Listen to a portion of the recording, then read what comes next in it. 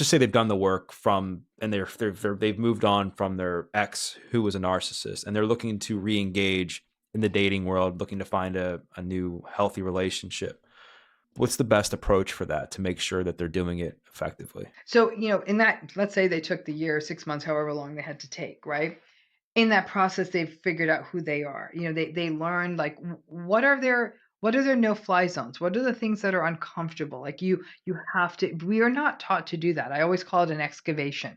When we think about how an anthropologist does or an archaeologist, I should say, does an excavation, they don't just take a backhoe in and just sort of dig a ditch. They take tiny little shovels and tiny little brushes and tiny little tools and delicately, and that's kind of what you're doing. You're kind of excavating all these pieces of yourself and putting it together sometimes for the first time. Once you're back out there again, a lot of it is moving slowly. It's even after the day, instead of just coming home and flopping in bed, it's like sitting with it. How do I feel this in my body? How do I emotionally feel? What are my thoughts about this? Like really, really be with it.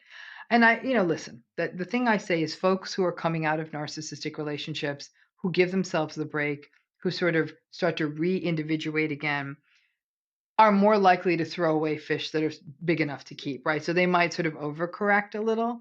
I'd rather that than the other direction. And then I think people slowly start to learn the fine art of compromise. They'll realize like somebody saying that they don't want to have Mexican food for dinner doesn't mean they're dominating. It means like they may just simply not want Mexican food and you can come to a compromise, right? So it's and that's why those sounding boards you've cultivated become an important space as well. Therapy becomes a great space for that too. But it's about moving slowly and letting people know. I mean, one of the tricks of the narcissistic relationships is they move fast.